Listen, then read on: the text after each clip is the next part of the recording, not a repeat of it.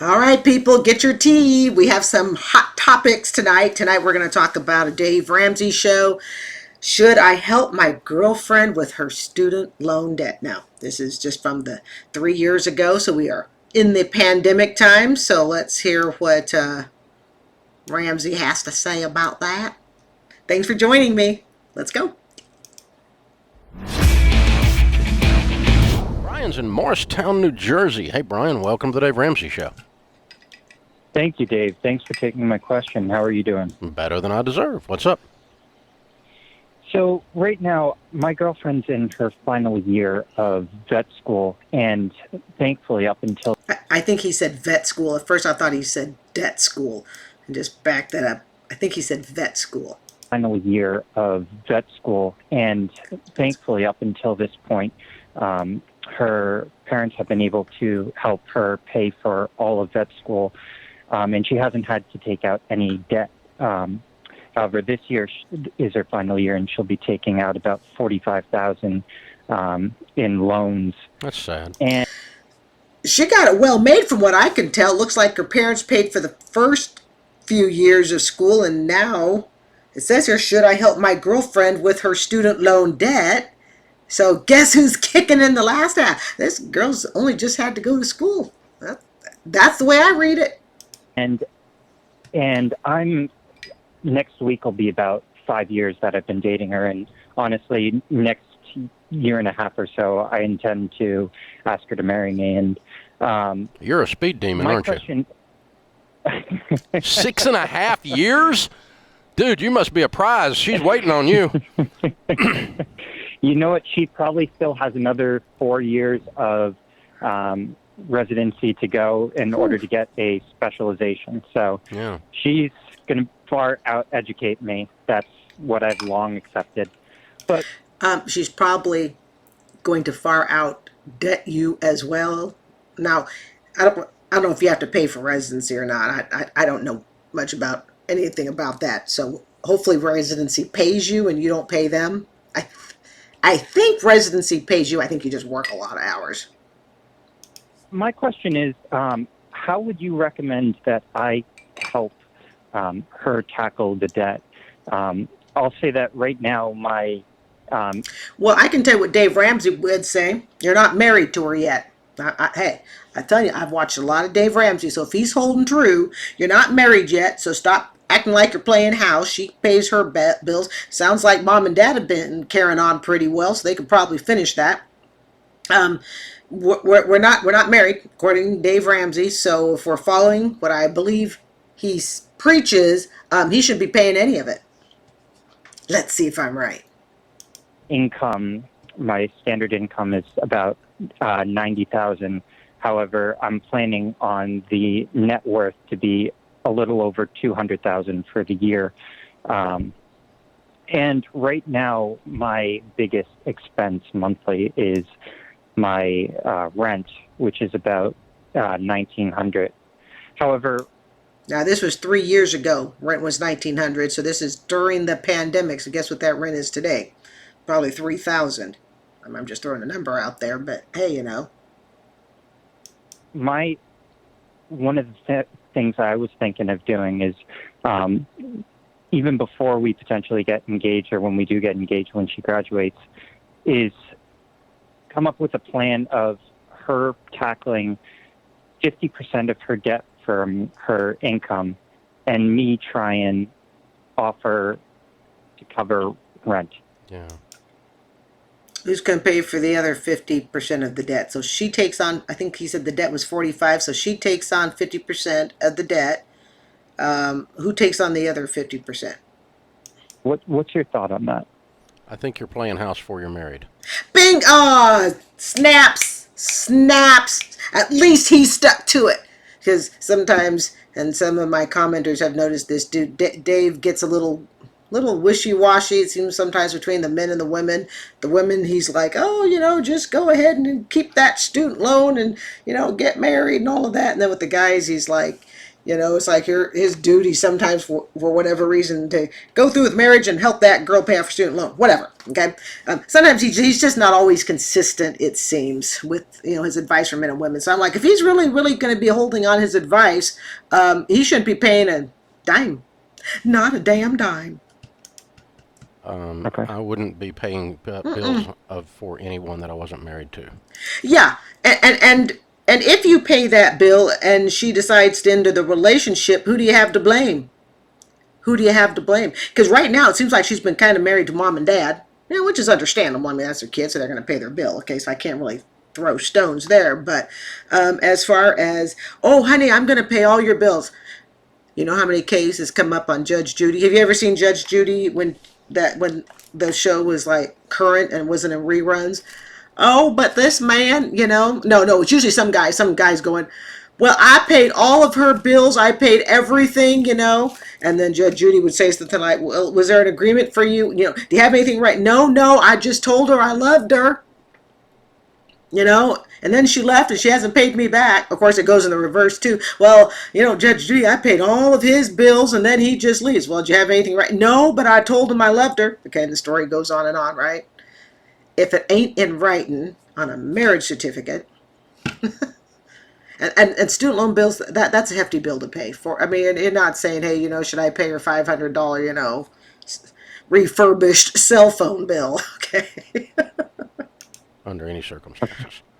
I agree. Because of all the downsides. And it messes with the relationship as well. Yeah, because then when you go into the relationship, who takes control? The one that paid all the bills, supposedly? Who could potentially feel like there's kind of a grudge or sort of a, I've done all the work. Yes. Your girlfriend or your fiance has a different feeling when she walks in the room and you're carrying the financial burden. Well. Now let's hold here. But depending upon the quality of girlfriend or fiance you have, some of them just to look at you as a great sucker and go, well, I can use this until I graduate. Others will be truly, truly grateful and have a sense of gratitude for what they're getting. But the bottom line is paying off someone's student loan bill without having any sort of legal attachment to them, and then if it doesn't work out, do you wind up hating them? If it's your wife, it's a different thing. Absolutely. Because once the preacher says, and now you are one, we do this together. It's all together. So I would do one of two routes. I would go one end of the spectrum or the other to maintain safety in the relationship, the legal standing, and the financial standing. I'm glad he's bringing up legal, because it matters. The legal matters. You don't want one person dragging the other one to court because over a misunderstanding, or I thought you said you were going to pay this. You said I didn't have to pay you back. Route number one is you continue with the calendar that you're using, and you just pile up a big old pile of cash over on your side of the equation. Yes. So that when you come home from the honeymoon, you write checks and all of her stuff goes away. Perfect. I can't disagree with that, because you married them knowing the debt existed. You accepted that debt. All right. Someone has the assets to pay off that debt. That's even better. Someone has the assets to pay off that debt. Okay. And you can it has the exact same mathematical effect at the end of the story. Yeah. It just doesn't in the meantime. And by the way, the borrowing, if she's doing it now, is not putting any strain on her today. It's when it comes due later that it'll be a strain. Yeah. So it's not a big deal to do it that way. The second way is to reconsider your calendar, and that sounds like get married now or sooner, very soon, and then we've just got a combined income and a combined set of goals, and you take your fabulous income and plow her on through vet school. Yeah. And nothing wrong with that plan either. I mean, it's not like you guys ain't been hanging out together. You meet her 5.5 days ago in a bar. It's 5.5 years ago. So, that's not an unreasonable consideration. And here's something else also we have to look at too. Okay, he has the assets. He can pay off the bill. They would not be hurting. This isn't some guy making 40,000. This isn't a preacher. What was that video I did? This isn't a preacher making $65,000 a year in love with a woman who's got $430,000 in debt. Hey, you guys got to be impressed how I try to keep all this stuff sorted for you, okay? I don't know if I always hit the numbers right, but I try, okay? At least in the early stages of all these video reactions, I can keep it together. Don't ask me a year from now or even 6 months from now. But right now, I got it all under control, okay? But this is different. This isn't the heart-dropping, oh my Lord, what are you getting yourself into? Oh, somebody wrote me on the comment section, and thanks of you who comment and all of that. And it doesn't matter to me if somebody agrees or disagrees with me. You know, put your thoughts down in there, banter away. You know, this is social media. All right, it's social media. But somebody put in a comment, I think it was like yesterday or today, can't quite remember. It was recent, and said, "Is there ever like they would like me to do a reaction?" I think that was the question on, you know, is there ever a good time to marry somebody with debt? Like is there ever a time when that's okay? You know, to marry someone with a lot of debt, because all we hear about is, you know, don't marry somebody with a whole lot of debt. You know, yada yada. I've not come across myself, okay, speaking for myself, I have not come across one article that says, hey, it's really great to marry someone with a lot of debt, especially if neither one of you can pay it off. In this case, the reason it's much more relaxing, you can still breathe, okay, he clearly has the money to pay off the debt, okay, he clearly has the money. He could just take it and wipe it out. Now, this is different than the other video that was also done the other day where a guy, I think he's 28 years old, military, whatnot, has money, but the problem is the woman that he's with is so far in debt, even if he spent his six-figure savings account, okay, and he has clear six-figure savings account, even if he spent all of that, he would still be in debt. It would require him to wipe out everything he had at 28 years old. That's different, and it certainly is different than being, like I said, you know, a 65K in debt pastor in love with the woman making, what is it, not making, that has $430,000 in debt. This situation here in this video, I could breathe a sigh of relief on it, but I definitely would tell him, don't you fork that out until you're married. And the other thing to consider this too, student loan debt in a marriage, if typically, okay, it's not legally the responsibility of the person whose name is not on the student loan. So even if they were to get married, and let's say, you know, they didn't pay the loan off right away, okay, they did not pay the loan off right away for whatever reason, okay, just hypothetical here, and there was still a debt, and then they divorced, the student loan debt would stay with the person that originally signed the bill, okay. I do believe that's how it actually works out, because I've been divorced and my student loan stayed with me. It did not go to my ex. I have other family members, you know, they've been through divorces with student loans, and it's always stayed with the original person that signed on the student loan. So just something to think about. I mean, of course, check with your lawyer and all that, okay, but at least that's to my knowledge. So, because it, you know, unless something really weird happens, this is probably going forward for the way you've described it, I guess, eventually.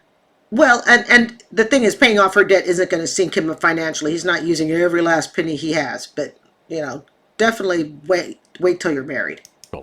But yeah, you know, again, you do what you want to do. I would have a tendency to go towards the second one, just on a personal level, on a relational level.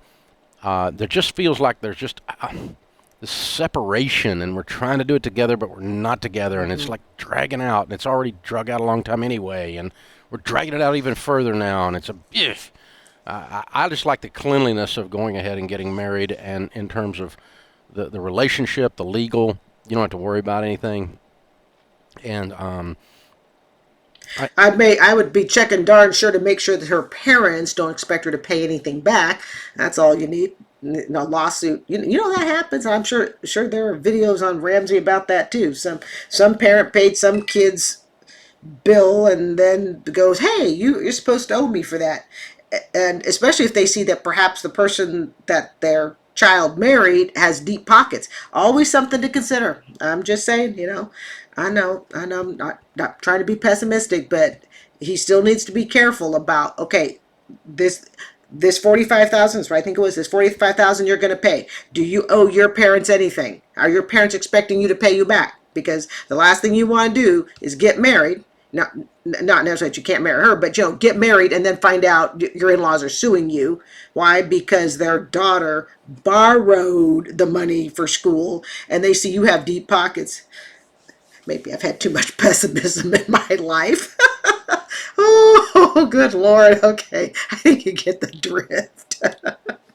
Oh, my Lord. And that's how I would do it. So, hey, thanks for the call. And I would not buy property together when you're not married. Oh, come on, people. We know that. We know that. Didn't I just do a video not too long ago? Okay. Did I not do a video? I think it was on, it was one of the first reaction videos I did about not recommending that people buy property together for roommate situations. Doesn't matter if it's a dating situation or just a straight roommate. Hey, couple of guys, gals, bros, whatever, they're just trying to, increase their net worth and think, hey, we'll just go in on a house together. No, we don't do major property purchases. We don't do things like that. Not until you're married. Because the legal ramifications and just the confusion, okay, will suck away any asset you have ever had, with property to begin with. You spend it all in the courts. Married folks, I wouldn't combine incomes, combine assets when you're not married. Here's also my rule. Any money you give away in a relationship, that's just money you chose to give away. So if the relationship ends, don't give away more money than you would be willing to lose. Okay? You can't. It's a dating relationship. A dating relationship. Don't give more to that date than what you're willing to lose, if you're dating someone. Get yourself in trouble. So, good question. Okay, so that's the end of the video. All right, folks. It's time to call it a night because work is coming up tomorrow. We can't party all day on YouTube. All right, I'm Carrie. This is Student Loan Chit Chat. I do hope you will consider subscribing. And thank you so much for joining me this evening. Good night, everyone.